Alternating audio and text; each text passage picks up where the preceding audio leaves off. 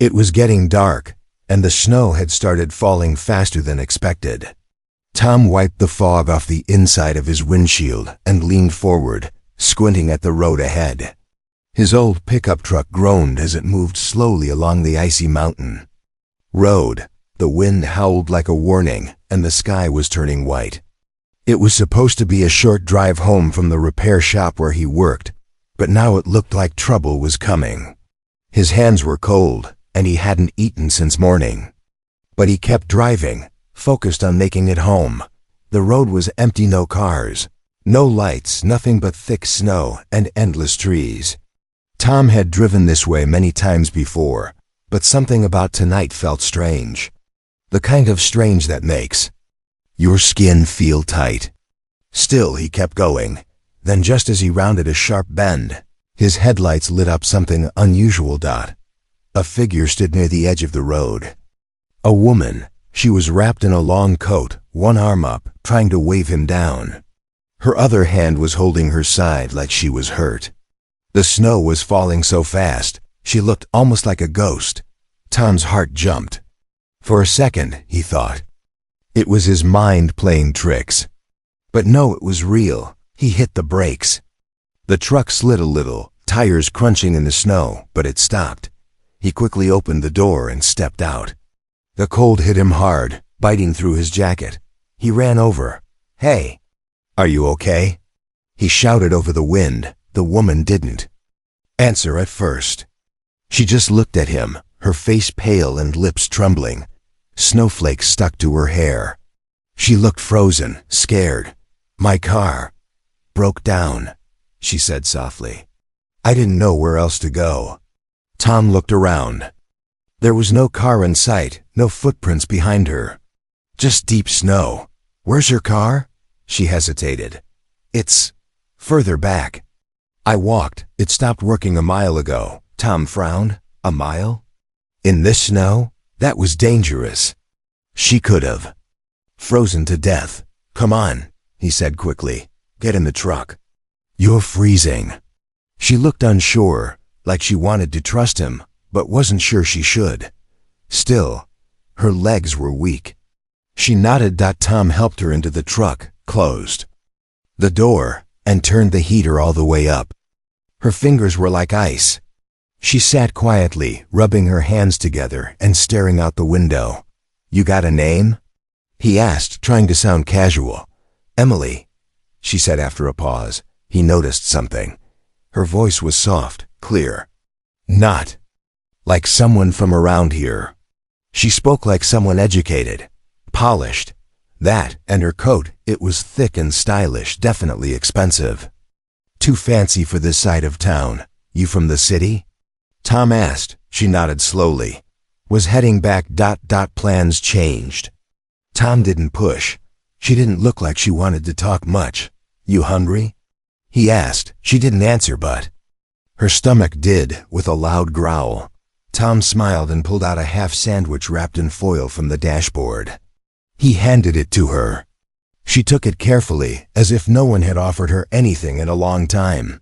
She ate slowly, thanking him quietly. Truck kept moving, but the snow was getting heavier. The main road ahead was blocked. He knew there was no way they'd make it to town tonight. So he turned toward a side path, a smaller road that led to his uncle's old hunting cabin. It was basic, but it had heat, firewood, and shelter. As they drove, Emily leaned her head back and closed her eyes. She looked exhausted. Tom looked at her now and then. There was something strange about her. Not in a bad way, just a mystery. She didn't look like someone who should have been out here in the cold, alone. But she didn't act proud or rude. Just tired. Like someone running from something. They finally reached the cabin. Tom helped her inside, started a fire, and gave her a blanket. She sat near the heat, quiet. The silence between them was soft, not awkward. Like two people who understood pain without needing to explain it. "You saved me tonight," she said suddenly, her voice barely above a whisper. Tom looked at her, surprised. "Anyone would have helped," he said. She shook her head. "No, not anyone. Outside, the snowstorm raged on. But inside the small cabin, something had begun. A simple act of kindness on a stormy road. A stranger helped without asking for anything in return. And neither of them knew yet, but this moment would change both their lives forever.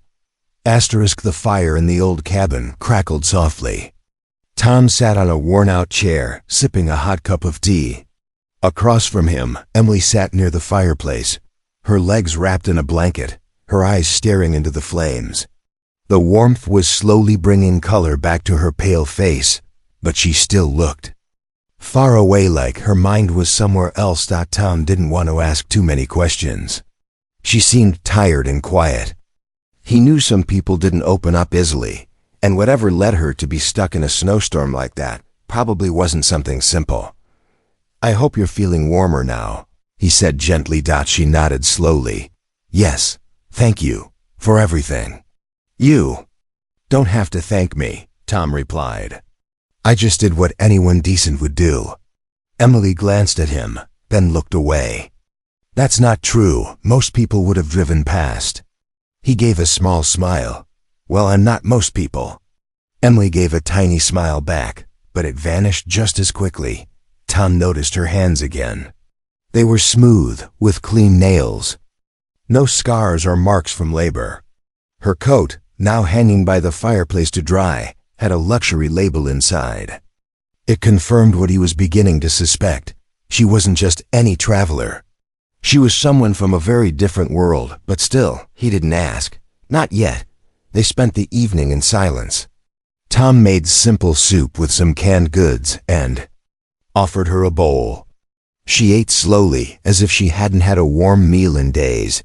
"You live up here alone?" she asked after a while. Tom shook his head. "No, this place belonged to my uncle. He passed away last year. I just use the cabin sometimes when roads get bad. My real home is closer to town. I work at a garage." "A mechanic?" she asked. "Yeah, grease under the nails, cold coffee, broken tools. The usual life," he chuckled. She smiled again, this time a little more naturally. "It's honest work." Tom looked at her. "And you? What do you do?" Emily paused. Her fingers tightened around the edge of the blanket. "I used to manage things," she said. "But I needed to get away." Tom nodded. He could tell.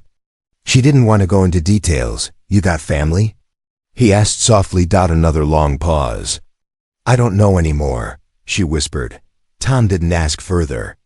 He just leaned back and stared at the ceiling. The wind outside rattled the windows. Snow was still coming down hard. "There was no way out tonight. I've got an extra room," Tom offered. "Small, but the bed's clean." "Thank you," she said quietly. Later, when she walked into the small room and closed the door, Tom finally let out a deep breath. Something about her didn't sit right, but not in a bad way. It was like she was hiding a heavy truth. A truth she wasn't ready to share. Tom lay on the old couch with a blanket, staring at the wooden ceiling, thinking about her words. "I don't know anymore." What had happened to her? Meanwhile, in the guest room, Emily sat on the edge of the bed. She looked around the tiny room, bare walls, one lamp, a wooden chair, and a shelf with old books. It was nothing like the world she came from. But somehow, it felt safe. She reached into her coat pocket and pulled out a small black object. It looked like a simple phone, but it was different. She pressed a button. A small light blinked. A few seconds later, a soft voice came through. "Miss Langford, are you all right? Where have you been?" Emily quickly whispered, "I'm okay. Don't trace this call. I'm somewhere safe, with someone kind." "Should we send a team to retrieve you?" "No," she said quickly. "Not yet. I don't want him to know who I am." The voice on the other end was silent for a moment. Then it said, "Understood." She ended the call and placed the device back in her coat. Lying down, Emily stared at the ceiling. The cabin creaked in the wind, and snow tapped against the window. She thought about Tom, the way he didn't ask for anything, the way he shared. what little he had without hesitation. She closed her eyes and whispered to herself, "Maybe not everyone in the world wants something from me." For the first time in months, she fell asleep without fear. She didn't know what tomorrow would bring, but tonight, a stranger had given her shelter, not knowing who she was or what she had. And that meant everything. The next morning, the storm still hadn't stopped. Snow covered everything outside the cabin, nearly reaching the bottom of the windows. Trees were weighed down with ice, and the sky was still gray. The world felt quiet, too quiet. It was the kind of silence that made you feel like time had frozen. Tom got up early. He tossed some wood into the fireplace, then carefully boiled water for tea. His body ached from sleeping on the old couch, but he didn't complain. It was better then. Leaving a stranger out in the cold. Emily stepped out of the small guest room a few minutes later. She looked fresher than the night before, but still guarded.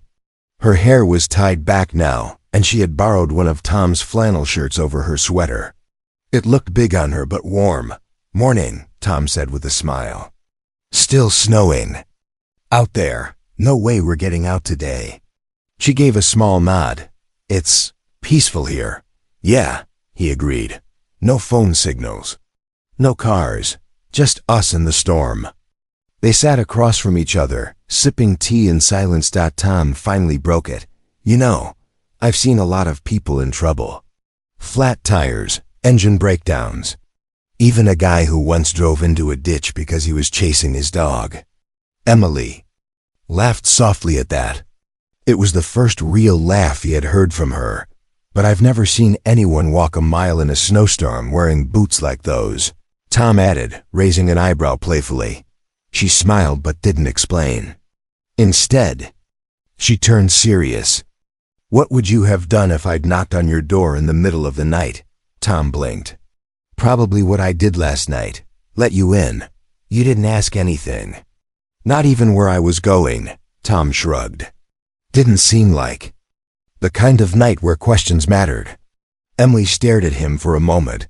"You're different." Tom smiled again. "I've heard that before, usually from ex-girlfriends," she chuckled. But then her eyes dropped to the floor. "I've met many people," she said slowly. "Most only talk to me when they want something. Deals, favors, money." Tom's eyebrows raised a bit, but he didn't say anything. "That's why I left," she continued. "I needed to know if someone would be kind, without knowing who I am." Tom looked at her carefully. "You don't have to tell me anything. You're not ready to." She looked up. "Why not?" "Because whatever your story is, it's yours. And I'm not here to take anything from you." Those words hit Emily deep. She nodded slowly, swallowing the emotion rising in her throat. Later, they cooked a small breakfast, just canned beans and toast on the fireplace. They shared chores, washed dishes in a metal basin, and even played a game of cards from an old deck Tom found in a drawer. For the first time in years, Emily felt normal. Like she wasn't being watched, judged, or chased. That afternoon, while Tom went outside to check the truck's battery and clear the front path, Emily stood by the window. Her breath fogged the glass. She watched him struggle with the snow shovel, wearing a worn-out jacket, his hands red from the cold. He looked so ordinary, yet something about him felt stronger than all the men in suits she knew. Then she made a decision. She quietly reached into her coat and took out the small black device again. It still worked, even without signal. A private channel. She clicked it on. A voice answered instantly. "Miss Langford, we've tracked your location.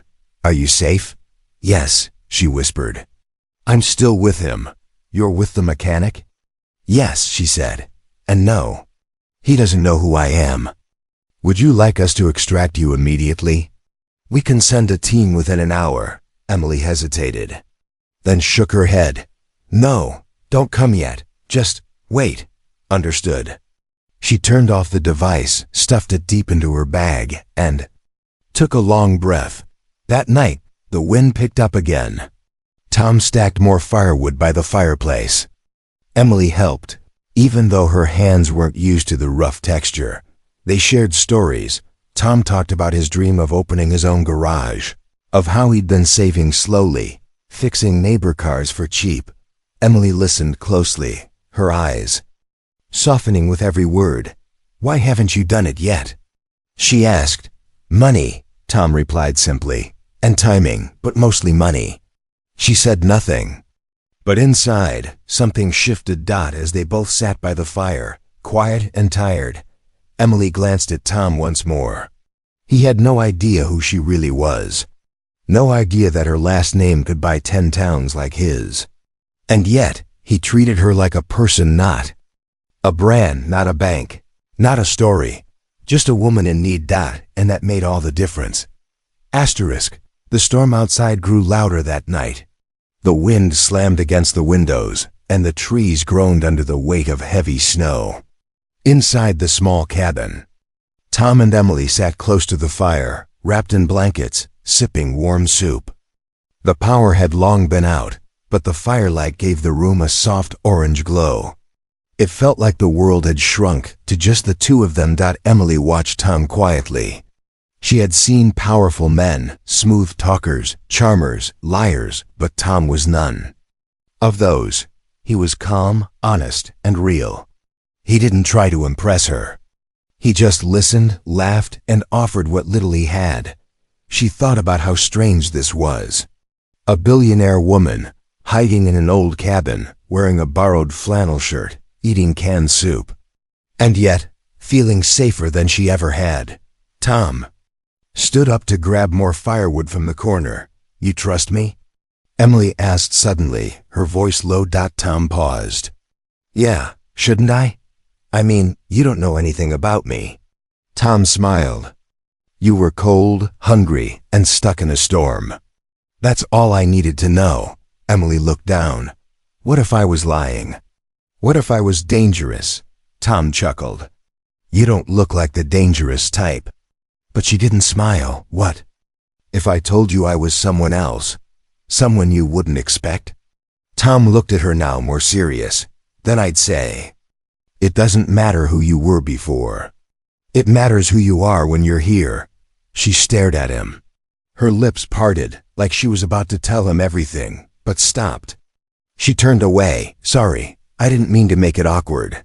"It's not awkward," Tom said gently. "You can tell me when you're ready, or never. It's your choice."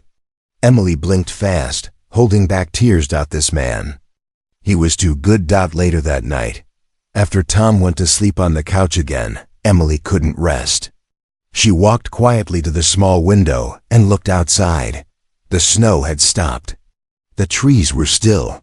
The world looked clean and quiet under the moonlight. She reached into her bag again, pulled out the satellite device, and turned it on. "Miss Langford?" The voice came instantly. "I'm ready," she whispered. "Understood. Extraction team will arrive within 2 hours. No lights, no noise, no attention," she said firmly. "Confirmed." Emily turned off the device and took a deep breath. Her heart was heavy. She looked back at Tom curled on the old couch, snoring softly, blanket half falling off. He looked peaceful. She walked over and gently pulled the blanket over him. Her fingers hesitated on his shoulder. She wanted to say something, but words felt too small. 2 hours passed slowly. She packed her coat, put her shoes by the door, and sat near the fireplace. She didn't wake Tom. She didn't leave a note. When the black SUV finally arrived outside, its lights were off. 2 men in black coats stepped out silently. She walked outside without a word. As they opened the door for her, she stopped. "No cameras.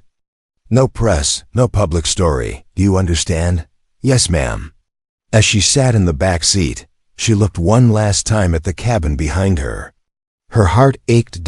This was the first place in years where she hadn't felt like a product or a target. Just a person. As they drove away, she wiped a single tear from her cheek, but Tom wasn't asleep anymore. He had woken up when he heard the faint crunch of tires on snow. He had seen her standing outside with those two men. And though he couldn't hear their words, he saw the look on her face before she left. He stood at the window long after the car had gone. He didn't know who she really was, but deep inside, he knew she wasn't just some stranger in trouble. She was someone who had been hiding from the world. And now she was gone. The snow had finally stopped, and the sun was shining over a white, quiet world. But Tom didn't feel the peace that usually came after a storm. The cabin was empty. Her boots were gone. Her borrowed shirt was folded neatly on the chair. Number. Goodbye. No letter. Nothing but silence. He stepped outside and stared at the deep tire tracks in the snow. They didn't belong to his truck. And the black paint left on the edge of a tree told him exactly what he already knew. Someone had picked her up. Someone important. But why hadn't she told him? Tom didn't speak much that day. He cleaned the cabin slowly, made some coffee, and sat by the fireplace, replaying everything in his head. Her voice, her eyes, her strange words. What if I told you I was someone else? He didn't know her full name. Just Emily. But somehow that felt enough. Still, part of him felt hollow. Like something beautiful had come into his life, only to vanish without warning. After 2 more days, the roads cleared. Tom packed up, locked the cabin, and drove his old truck back to town. At work, everything was the same: broken engines, oil-covered hands, loud machines. But something inside him had changed. He thought about her every night. He'd wake up expecting to see her by the fire, sipping tea, laughing at his old jokes. But she wasn't there. One afternoon, his co-worker Mark walked into the garage holding a newspaper. "Hey Tom," he said, "check this out. Rich woman found after vanishing in Snowstorm. Some billionaire CEO or something. Emily Lang something." Tom's heart stopped. He quickly grabbed the paper. On the front page was a large photo. There she was, wearing a sleek coat, standing next to men in suits, surrounded by cameras. Her hair was perfect. Her smile was polite. The headline read, "Billionaire heiress Emily Langford found after disappearance. Sources say she was safe the whole time." Tom stared at the photo. He could barely believe it.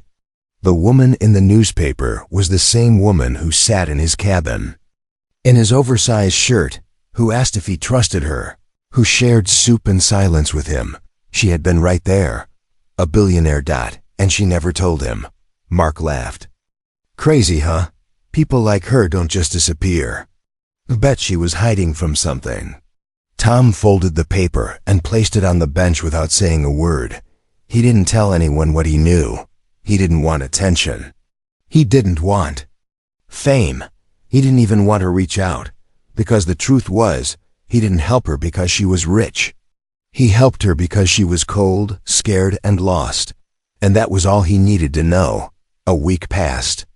Then 1 morning, Tom walked into the garage and saw something strange. A man in a suit was standing near the office door, clean-cut. Expensive shoes. Not the type you'd see in a small-town auto shop. "You Tom?" the man asked. Tom nodded, wiping his hands on a rag. The man handed him a plain white envelope. "This is for you, from someone who wishes to stay private." Before Tom could say anything, the man turned and walked out, disappearing into a black car waiting outside. Tom stared at the envelope. He opened it slowly. Inside was a handwritten note.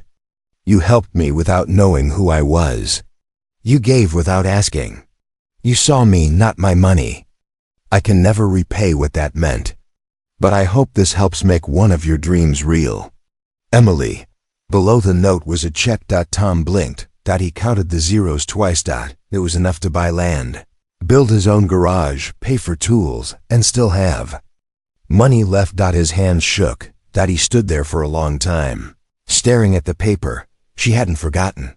She was watching, quietly, silently, grateful. Tom didn't tell anyone. He simply smiled, folded the note carefully, and slipped the check into his back pocket, because some gifts weren't meant to be shouted about. Some gifts were quiet. Like a thank you whispered on the wind. Tom's life slowly started to change. The check Emily sent wasn't just a kind gesture, it was a miracle. After years of saving small amounts, doing cheap repairs, and putting his own dreams on hold, Tom finally had the chance to open his own garage, a proper one.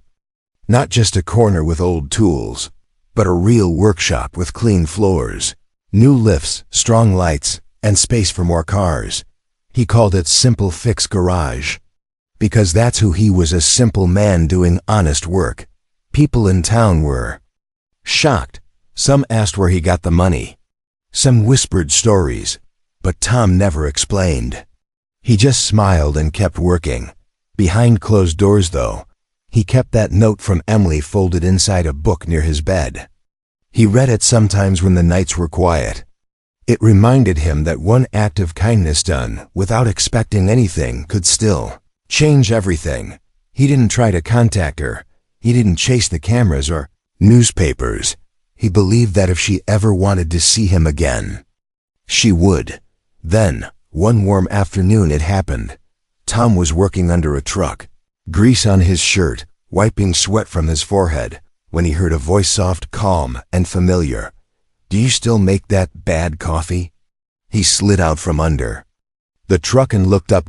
There she was. Emily. No makeup, no bodyguards, no fancy coat, just jeans, a simple sweater, and her hair pulled back. She looked different, but beautiful, natural, real. Tom stood up slowly, stunned. "You came back," he said quietly. "I told myself I wouldn't," she replied. "But I couldn't stop thinking about this place." Tom chuckled. "And my terrible coffee," she smiled.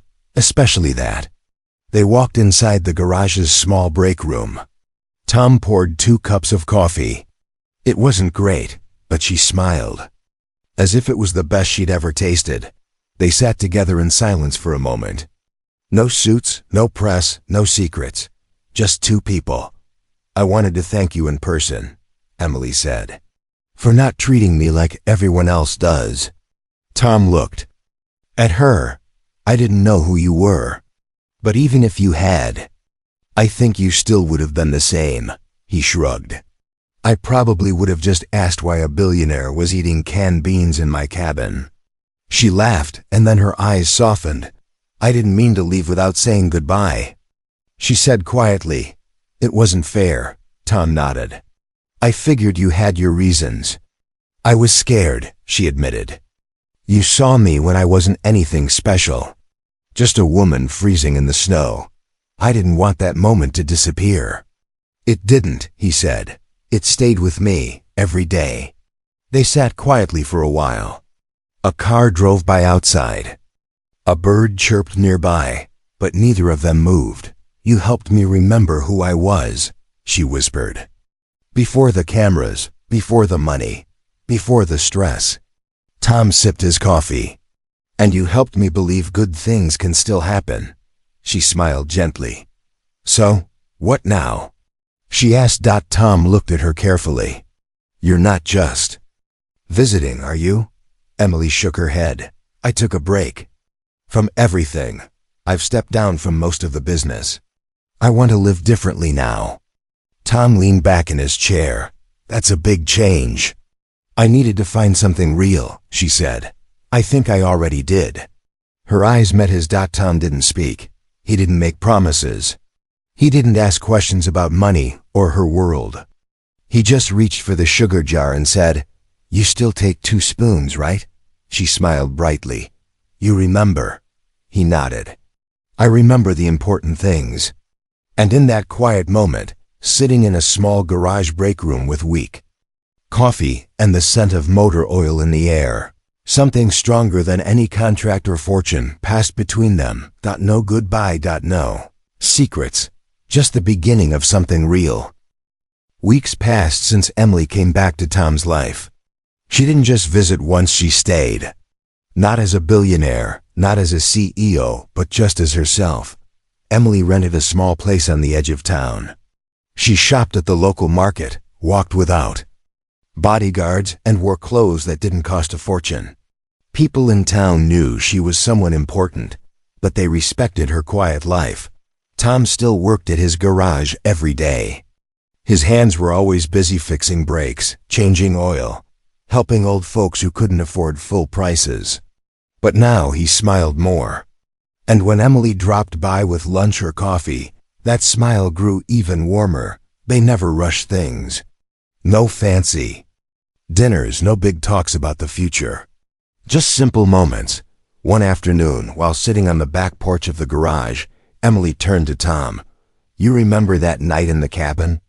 she asked. "Hard to forget," he said with a small laugh. "I told myself that if I ever found someone who saw me, really saw me, I would give them something more than money." Tom raised an eyebrow. "You've already given me more than enough," she shook her head. "I'm not talking about the check. That helped your business. But I wanted to give you something for your heart." Tom stayed quiet. He wasn't sure what she meant. Emily pulled out a small velvet box from her bag. She opened it slowly. Inside was a silver key, simple, clean, with a tag that read, "For the next chapter." Tom looked at her in surprise. "What's this?" "It's the key to a house," she said softly. "A place I bought. Not for me, for us. Only if you want it. It's outside of town, has a big garden, a quiet view." Tom stared at the key. He didn't speak for a long moment. Finally he looked into her eyes. "I never helped you because I wanted anything," he said quietly. "I know," she replied. "That's why you're the only one I trust to share something real with." Tom gently took the key from the box and held it in his hand.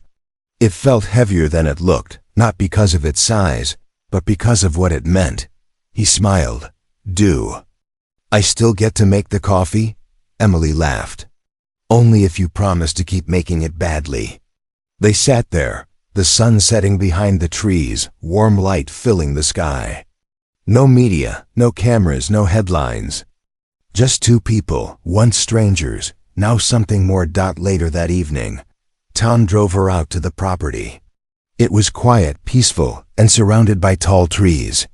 A wide porch wrapped around the house, and the view stretched across the valley. Emily looked at him as they stood in front of it. "This isn't just a house," she said. "It's a second chance for both of us." Tom nodded slowly. He could feel it. The snowstorm that brought them together had melted long ago, but what it left behind was something rare. A bond, a story, a new beginning. Months later, people still talked about the woman who once disappeared in the snow. But Tom and Emily didn't care. They were too busy planting flowers in the garden, hosting barbecues for neighbors, and building a life that no newspaper could ever fully describe. And every time someone asked Tom how he got so lucky, he'd just smile and say, "I helped someone once, didn't know who she was, didn't matter."